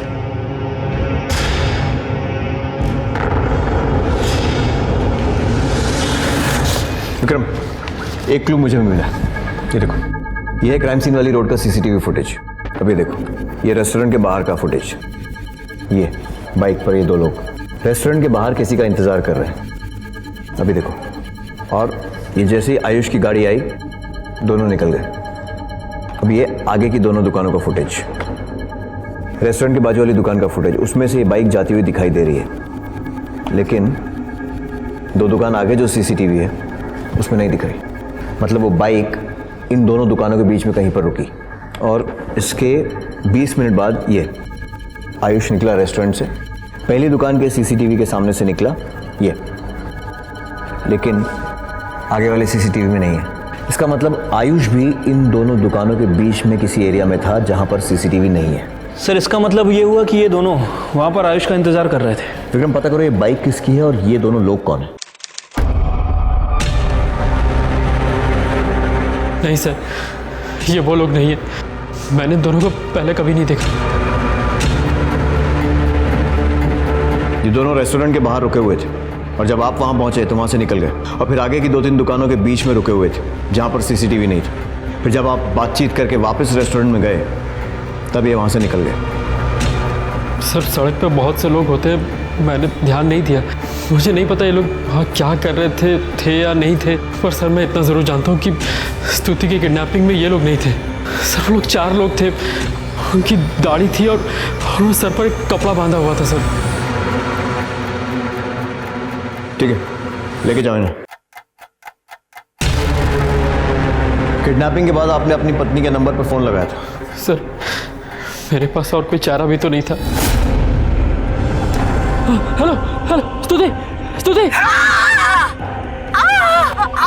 स्तुति, ये बात आपने हमें पहले क्यों नहीं बताई? सर उस दिन मेरा कुछ दिमाग काम ही नहीं कर रहा था सर, कुछ समझ में नहीं आ रहा था, इसलिए बताना भूल गया। ठीक है विक्रम, सर उन दोनों को जाने दो और अपने आदमी लगा दो उनके पीछे 24 घंटे नजर रखने के लिए। और ये लड़की सपना, इसको थाने बुलाओ, जिसे आयुष रेस्टोरेंट से मैसेज कर रहा था। Okay sir. ये सपना श्रीवास्तव यहीं काम करती है ना? जी हाँ। बुलाइए, उससे बात करनी है। सब, लेकिन वो ऑफिस अभी तक आई नहीं। सर मुझे इसके बारे में कोई आइडिया नहीं है। रिश्ता तो मैं कह नहीं सकती, पर हाँ, सपना आयुष सर के ऑफिस में जब भी जाती है बहुत देर तक रुकती है। कितनी बार तो मैंने उन्हें ऑफिस से एक साथ बाहर जाते हुए भी देखा है। एक दिन तो आयुष सर सपना के क्यूबिकल में आकर उसके पास बैठ गए थे। सर आयुष के ऑफिस में पूछताछ करके पता चला है कि आयुष और सपना इन दोनों का अफेयर चल रहा था। ये देखिए सर, सपना के कॉल रिकॉर्ड्स। सर इन कॉल रिकॉर्ड्स में हमें आयुष का एक दूसरा नंबर भी मिला है। इस नंबर के बारे में आयुष ने हमें नहीं बताया था। सर सपना नहीं बल्कि और भी 2 लड़कियों के साथ उसके अफेयर थे। पिछले 1 महीनों में आयुष ने लगभग सपना को 300 कॉल किए हैं और अनीशा को लगभग 663। ये अनीशा कौन है? सर अनीशा उसकी पड़ोसी है। और सर इन दोनों के अलावा एक लड़की और भी है, कोमल। कोमल को भी वो अक्सर कॉल किया करता था। अभी कोमल कौन है? सर कोमल उसके घर में काम करने वाली बाई है। क्या? वो अपने घर की बाई को भी इतने फोन करता था? क्यों? सर सपना ही है। सर मेरा आयुष सर के साथ में कोई अफेयर नहीं है। जिन लोगों ने भी आपको ये बातें बताई हैं वो जलते हैं मुझसे। उनको कुछ काम तो है नहीं, सिर्फ दूसरों की बातें बनाते हैं। और आप शायद कुछ ज़्यादा ही काम करती हैं, इसीलिए रात को 2 बजे तक घंटों घंटों बातें करनी पड़ती हैं। देखिए आपके कॉल रिकॉर्ड्स हैं। सर वो मैं। सपना जी, हमने आयुष के ऑफिस में इंक्वायरी की है। पता चला है कि आप आयुष की कुछ ज़्यादा ही फेवरेट थी। सर आप जैसा सोच रहे हैं वैसा कुछ नहीं है। हम जो सोच रहे हैं उससे भी ज़्यादा है। मामला तो ये है कि आपका और आयुष का अफेयर चल रहा था और आप दोनों के बीच में स्तुति रोड़ा बन रही थी, इसलिए उसे रास्ते से हटाने के लिए आप दोनों ने उसका खून कर दिया। सर ये आप क्या कह रहे हैं? मैंने ऐसा कुछ नहीं किया है। खुद नहीं किया तो किसी और से करवाया होगा, और हमें यह पता लगाने में और साबित करने में ज़्यादा टाइम नहीं लगेगा। और जो तुमने किया है ना, उसके लिए कितना खून की साजिश, खून में साथ देना, लंबा अंदर जाएगी नहीं? सर मैं क्यों अंदर जाऊंगी? मैं मानती हूँ आयुष सर से मेरा अफेयर था, लेकिन सर वो सिर्फ एक फोर्स था। वो हमेशा मेरे पीछे पड़े रहते थे। सर आयुष सर हमेशा मुझे इमोशनल ब्लैकमेल करते थे कि मैं तुमसे प्यार करता हूँ, तुमसे शादी करना चाहता हूँ, तुम्हारे बिना नहीं रह सकता। सर वो मुझसे फिजिकल रिलेशन बनाना चाहते थे। आयुष सर? सपना, सपना आई लव यू सपना। सपना मैं तुमसे बहुत प्यार करता हूँ, मैं तुमसे बहुत प्यार करता हूँ। उस दिन भी वो रेस्टोरेंट से मुझे मैसेजेस कर रहे थे। सर, मुझे ये जॉब बड़ी मुश्किल से मिली थी। मैं सिर्फ और सिर्फ अपनी जॉब बचा रही थी। झूठी कहानी बनाना बंद करो। सच तो यह है कि आयुष से शादी करने के लिए तुमने स्तुति का खून करवा दिया। सर, मैं ऐसा क्यों करूंगी? अगर तुम झूठ भी बोल रही होगी ना, तो हम पता लगा ही लेंगे कि स्तुति को किसने और किसके कहने पर मरवाया है, और तब तुम्हारा बचना नामुमकिन है। पुलिस को शक है कि स्तुति के पति का हाथ हो सकता है स्तुति के कत्ल में। ये कितना सच है या कितना झूठ, ये तभी तय हो पाएगा जब पुलिस अपनी पूरी तहकीकात कर लेगी। अगर इसने कुछ नहीं किया है तो पुलिस इस पर शक क्यों कर रही है? क्योंकि मैं कानपुर के स्टील इंडस्ट्री के किंग का बेटा हूँ। पुलिस कैश कराना चाहती है मेरी इमेज को, मोटा पैसा खाना चाहती है। और न्यूज वालों का क्या, ये तो होता ही है लोगों को बदनाम करने के लिए। भाई साहब, आप हमारे आयुष को गलत समझ रहे हैं। हमारा बेटा ऐसा कर ही नहीं सकता। वो तो स्तुति से बहुत प्यार करता था। झूठ बोल रहे हैं आप लोग। स्तुति ने बताया था, तुमने उसे कभी पत्नी का दर्जा दिया ही नहीं। पर माँ, आप मेरी बात समझने की कोशिश तो कीजिए। मैं क्या कहना चाहती हूँ सुनने तो सही। देखो बेटा, पति पत्नी के बीच में मनमुटाव चलते रहता है। पर माँ वो मुझे पत्नी मानते ही कहाँ है। सच कहूँ तो मैं उन्हें समझने की कोशिश करके भी थक चुकी हूँ माँ। मैं कंफ्यूज हो चुकी हूँ। रेन डांस के लिए लेकर गए, पर पूरा टाइम फोन पर लगे रहे। मुझसे 1 मिनट बात तक नहीं की माँ उन्होंने। माँ, समझ में नहीं आता कि वो मेरे साथ रहना भी चाहते हैं या नहीं, और अगर नहीं रहना चाहते तो मुझे जिद करके अपने साथ क्यों लेकर जाते हैं घुमाने। स्तुति बगल में होने के बावजूद ये रात रात भर किसी लड़की से फोन पे बात करता था। मेरा किसी से कोई अफेयर नहीं था, मैं सिर्फ स्तुति से ही प्यार करता था।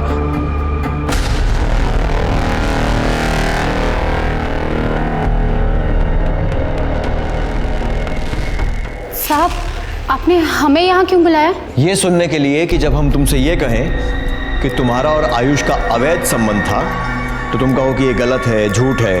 लेकिन हमें मालूम है कि तुम दोनों के बीच में क्या चल रहा है। क्या हुआ? गला सूख रहा है? पानी चाहिए?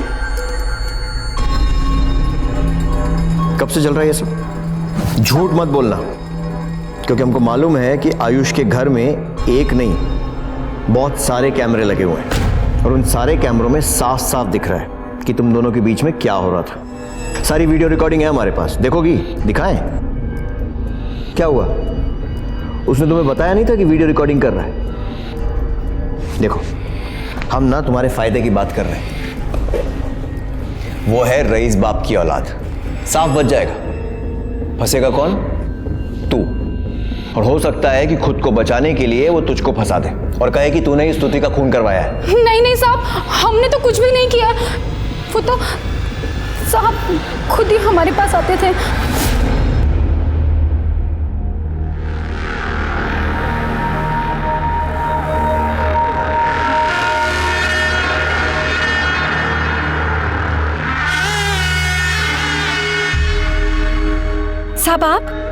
साहब कोई देख लेगा। अरे कौन देखेगा, घर पर कोई है ही नहीं, सिर्फ मैं और तुम।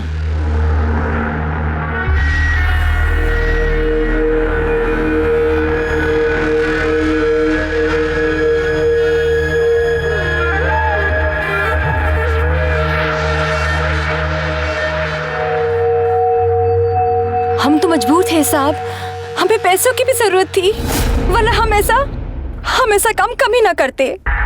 ठीक, जाओ। सर, आपने इसे झूठ क्यों कहा कि आयुष ने वीडियो रिकॉर्डिंग कर रखी है? विक्रम, कभी कभी सच उगलवाने के लिए झूठ बोलना पड़ता है, नहीं तो वो कभी नहीं मानती कि उसका और आयुष का संबंध था। ये तीसरी लड़की कौन है जिसका आयुष के साथ संबंध है? सर, अनीशा।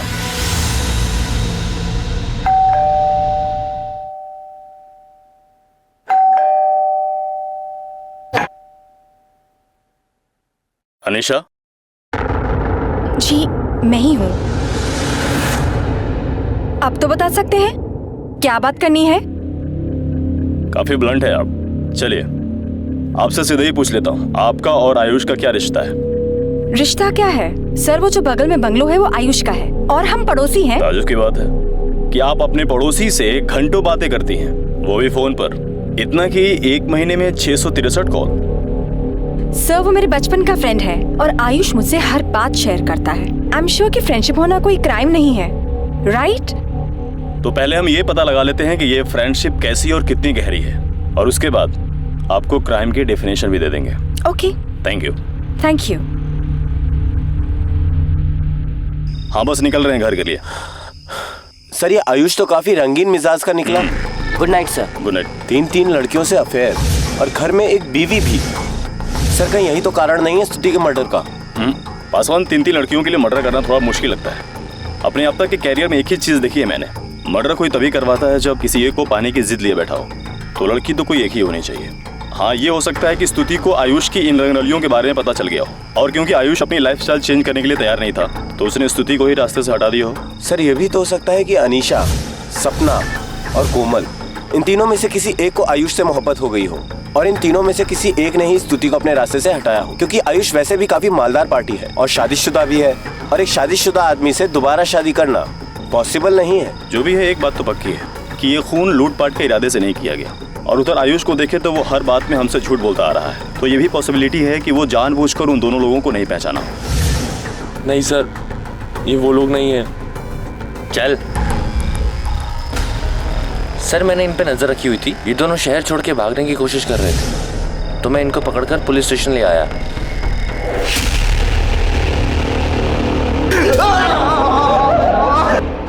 आप लोगों ने मारा था साहब स्तुति को, सतीश के कहने पे मारा था साहब। कौन सतीश? साहब सतीश मर्डर की सुपारी लेता है, इसकी सुपारी भी उसी को मिली थी। स्तुति को मारने के लिए ऐसे लोग चाहिए थे जिनका पहले से पुलिस में कोई रिकॉर्ड ना हो, इसलिए हमको बोला था मारने के लिए। साहब हमें बहुत पैसे बोला था साहब, सारी जिंदगी एड़ी रगड़ते तो भी नहीं कमा पाते। जब स्तुति का मर्डर किया सतीश तुम्हारे साथ था? नहीं साहब, नहीं था। हथियार कहाँ से मिले? साहब हथियार तो हमें सतीश नहीं दिए थे, उसने वो चाकू वो सुपारी देने वाले आदमी के साथ घंटा घर चौक की दुकान से खरीदा था साहब।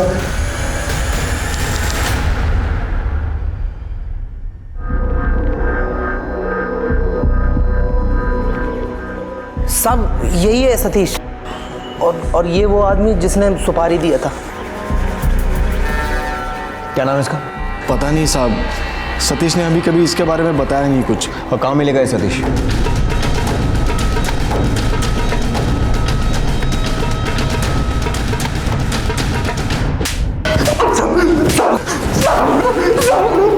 देख, मोनू और बीनू ने सब कुछ उगल दिया है। उन्होंने बता दिया है कि तूने ही उन दोनों को किसी आदमी से मिलवाया था जिसने स्तुति की मर्डर की सुपारी दी थी। ठीक है, ये देख, उसी आदमी के साथ तू चाकू खरीदने गया था, और उसकी स्तुति की पोस्टमार्टम रिपोर्ट में भी ये साफ साफ लिखा है कि ऐसे ही 2 चाकुओं से उसे मारा गया था। हमें यह भी पता है कि मर्डर के टाइम पर तू वहां नहीं था, तूने ही इन दोनों को उस आदमी से मिलवाया था। कौन था वो आदमी? बोल साहब। शैलेश है ये। कौन शैलेश? अनीशा मेम साहब का ड्राइवर है सर। शैलेश आपका ड्राइवर है? जी हाँ। कब से? काफ़ी पहले से, बल्कि जब मैं दिल्ली शिफ्ट हो गई थी तो वो चला गया था, पर काम के सिलसिले में वापस कानपुर आना पड़ा तो मुझे ड्राइवर की ज़रूरत थी, और शैलेश काम ढूंढ रहा था तो मैंने उसको काम दिया था। बता सकती हैं अभी कहाँ होगा? बहुत दिनों से वो दिखा नहीं है। आपने कहा कि शैलेश आपका काफ़ी पुराना ड्राइवर है। जी। तो उसके शहर का या गांव का कहीं का तो एड्रेस होगा ना आपके पास? हाँ। पासवान सर, अपनी एक टीम फौरन शैलेश के गांव में। ठीक है सर।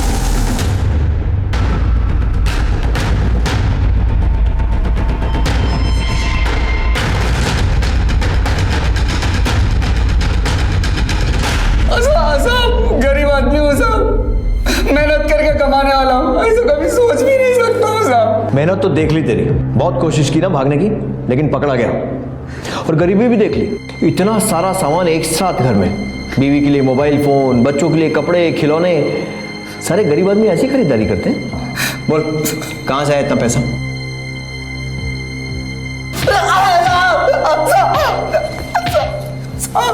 देख, जिनको तूने सुपारी दी थी ना, उन्होंने सब उगल दिया है, तेरा नाम भी और ये भी कि उन्हें बिना कुछ दिए तू फरार हो गया वहां से। और अब तेरी बारी है बोलने की। चल बोल, किसके कहने पर किया ये सब? साहब आयुष साहब के कहने पे गया था साहब। पासवान, हम शैलेश पर पूरी तरीके से भरोसा नहीं कर सकते। हो सकता है उसका इरादा लूटपाट का ही हो, लेकिन फंस जाने पर आयुष का नाम लगा रहा हो, क्योंकि उसे आयुष और अनीशा के संबंध के बारे में सब कुछ मालूम था। ऐसा करो, इसकी कॉल रिकॉर्ड निकलवाओ और आस पड़ोस में पूछताछ करके पता करो कि ये आयुष और अनीशा की लव स्टोरी कितनी चर्चे में थी।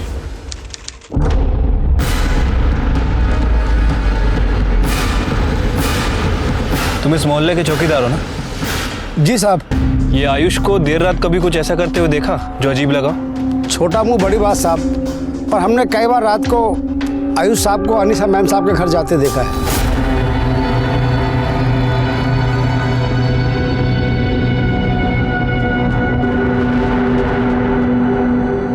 आयुष साहब रोज रात को 1 बजे के करीब अनीशा मैम साहब के घर जाते थे और सुबह 4 बजे अंधेरे में ही अपने घर लौट आते थे।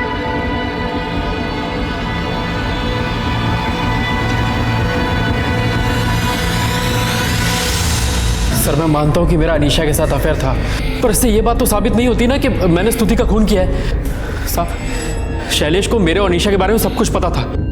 उसने इसी बात का फायदा उठाया। उस दिन वो लूट के इरादे से आया, उसने देखा होगा कि स्तुति ने उसको पहचान लिया, तो उसने उसका भी खून कर दिया और अब वो मुझे सॉफ्ट टारगेट बना रहा है। सर मैं आपसे कह रहा हूँ, ये सब कुछ किया धरा शैलेश का है। उसने आपसे भी झूठ बोला है।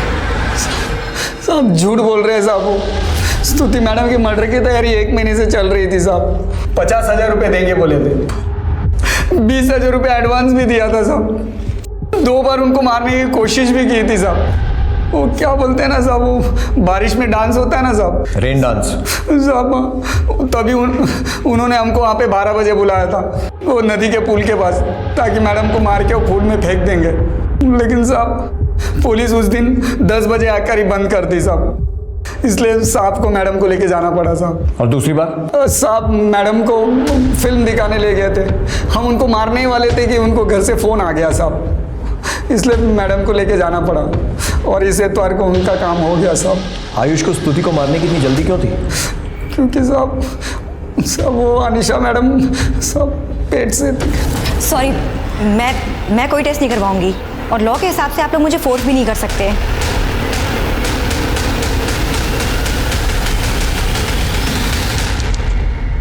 आयुष क्या ये सच है कि अनीशा प्रेग्नेंट है और आप उसके बच्चे के बाप है? बकवास है ये। मैंने अपनी जिंदगी में सिर्फ एक ही औरत से प्यार किया है और वो है मेरी बीवी स्तुति। पता नहीं आप सब लोग मुझे क्यों इतना दुखी करने पर तुले हुए। स्तुति तुम मुझे छोड़कर कहाँ चली गई? देखो इन लोगों ने मेरा क्या हाल बना दिया है। सर, स्तुति की डेड बॉडी के हाथ में जो बाल मिला था उसकी डीएनए रिपोर्ट आ गई। सर वो डीएनए इन चारों के डीएनए से मैच नहीं करता। सर हो सकता है कि ये बाल आयुष का ही हो सकता है, लेकिन डीएनए रिपोर्ट में अगर ये साबित हो भी गया तो भी आयुष के पास बहाना रहेगा कि जब गुंडों के साथ मारपीट हो रही थी तब स्तुति ने उसे बचाने की कोशिश की और शायद तभी वो बाल उसके हाथ में आया होगा। हमें और ठोस सबूत चाहिए पासवान।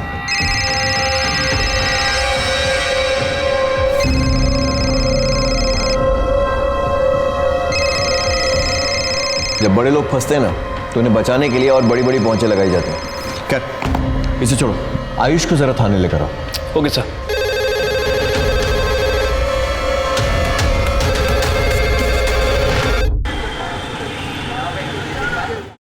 सर हाँ पास।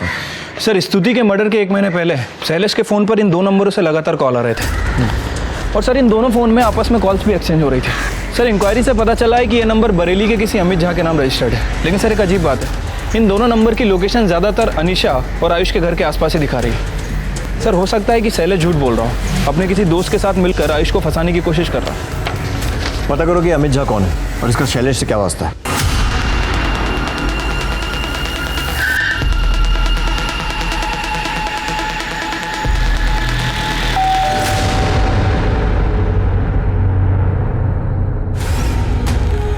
अमित झा आप ही हैं? जी हाँ, मैं अमित झा हूँ। ये दोनों आपके नंबर है? पिछले कई दिनों से कानपुर में एक्टिव है। सर मैं कभी कानपुर गया ही नहीं, और रही बात नंबर की तो ये दोनों नंबर मेरे नहीं है। मैं आपको अपना नंबर बताता हूँ, चाहे तो आप चेक कर लीजिए। हमने सोचा था हमारी बेटी बहुत खुशनसीब है, इतने बड़े घर में जो जा रही है, पर उस घर में उसे एक पल की खुशी तक नसीब नहीं हुई। आयुष उससे कभी प्यार से बात तक नहीं करता था। स्तुति ने मुझे ये बात फोन पे बताई थी कि आयुष का किसी के साथ अफेयर चल रहा है। जब वो लोग दोनों हनीमून के लिए गए थे, उसके अगले दिन ही उसे ये बात पता चल गई थी, क्योंकि आयुष हमेशा फोन पे बिजी रहता था। और मेरी बेटी रात भर रोती थी। आयुष उसके बगल में जाता था पर कभी ये नहीं पूछता था कि क्यों रो रही हो तुम।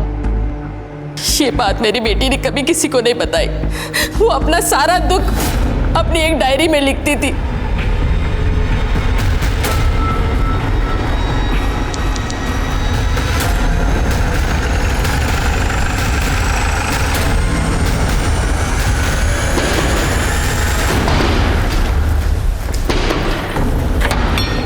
क्या हुआ? हटिए।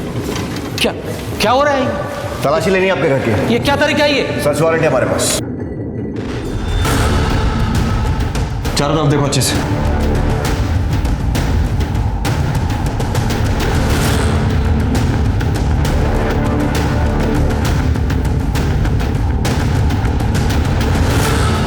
सर, ये डायरी मिली है।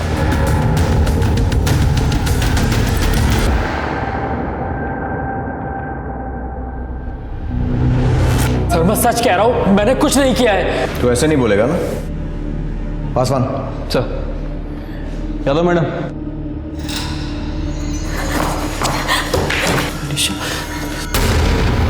तेरे खिलाफ हमारे पास एक नहीं बहुत सारे सबूत हैं। शैलेश से कत्ल का हथियार बरामद हो चुका है। वो 5 सिम जिनसे तुम बात करते थे और मर्डर की प्लानिंग कर रहे थे, उसकी सारी डिटेल्स भी हमारे पास है। रेन डांस और फिल्म देखने वाले दिन भी तू स्तुति को खून करना चाहता था ना, लेकिन हो नहीं पाया। स्तुति ने अपनी डायरी में तुम दोनों के बारे में बहुत कुछ लिखा है और अपनी माँ को भी फोन करके बहुत कुछ बताया था। इसलिए अब छुपाने से कोई फायदा नहीं होगा। और तुम्हें क्या लगा ये तुमसे प्यार करता है? तुमने इसके लिए मर्डर तक प्लान कर दिया और तुम्हें यह नहीं मालूम कि इसकी लाइफ में तुम अकेली लड़की नहीं हो बल्कि हजारों लड़कियां हैं। इसके ऑफिस में काम करने वाली सपना से लेकर इसके घर में झाड़ू पोछा करने वाली कोमल तक, सबके साथ अवैध संबंध है इसके। नहीं अनीशा, ऐसा कुछ नहीं है। तुम मेरा यकीन मानो। मैं सिर्फ तुमसे प्यार करता हूँ। मेरा यकीन करो, मैं किसी और से प्यार नहीं करता। सर मुझसे बहुत बड़ी गलती हो गई सर। चल अब बता क्या हुआ था उस रात? सर उस दिन रेस्टोरेंट से 10 मिनट के लिए निकल के मैं मोनू और बीनू से मिलने गया था। बीनू और मोनू ने मेरा नाम आपको इसलिए नहीं बताया क्योंकि मैंने उन्हें किसी भी हालत में बचाने का वादा किया था। कोई गड़बड़ नहीं होनी चाहिए। बिल्कुल नहीं होगी। मैं बताता हूँ जी। प्लानिंग के अकॉर्डिंग मैं स्तुति को उस दिन आइसोलेटेड रोड पर लेके गया। वो मैंने बियर ज़्यादा पी ली थी तो थोड़ी बेचैनी सी हो रही है, घबराहट लग रही है। तो मैंने शैलेश को बुलाया है, आ ही रहा होगा। अभी आगे गाड़ी वही चलाएगा।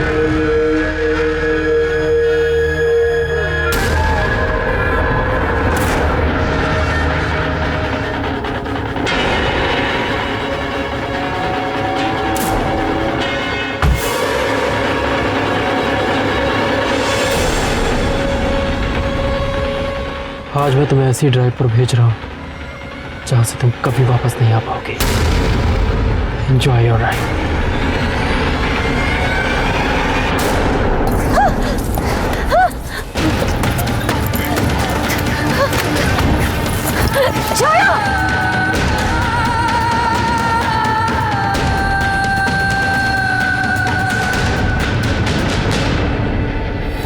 उसकी उंगली क्यों काटी?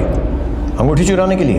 अरे नहीं साहब, वो आयुष साहब ने कहा वो स्तुति मैडम से इतनी नफरत करते, सुहाग की कोई निशानी नहीं छोड़ना चाहते थे साहब, इसलिए उन्होंने उनकी उंगली भी काटने को कहा था जिस पे उनके नाम की अंगूठी पहनी थी। उसके बाद मैंने उससे और फोन दोनों अनीशा को दे दी ताकि वो उसको डिस्ट्रॉय कर दे। लेकिन उसे मारा क्यों? डिवोर्स भी तो दे सकते थे ना। वो डिवोर्स के साथ एलिमनी में मेरी आधी प्रॉपर्टी भी ले जाती सर। और सर अनीशा भी तो प्रेग्नेंट थी। इसके पापा भी धमकी दे रहे थे किसी और से शादी करने की। सर हम दोनों 2.5 साल से साथ थे, हम दोनों अलग नहीं होना चाहते थे सर। लेकिन तुम तो स्तुति से पहले अनीशा को जानते थे ना, तो इससे शादी क्यों नहीं की? सर मैं और आयुष शादी करना चाहते थे, पर हमारी कुंडली मैच नहीं हुई। क्या बकवास है? जी सर, और इसी वजह से आयुष की फैमिली ने उसकी शादी स्तुति से कर दी। तुम लोग पागल हो क्या? मर्डर प्लान कर सकते हो लेकिन खुद की मर्जी से शादी नहीं कर सकते, कुंडली दोष के कारण। तुम्हारी इस बेवकूफी की वजह से एक मासूम की जान चली गई और अब तुम लोग भी नहीं बचोगे। जेल में सड़ना और अपने कुंडली दोष का निवारण करना। Sorry sir.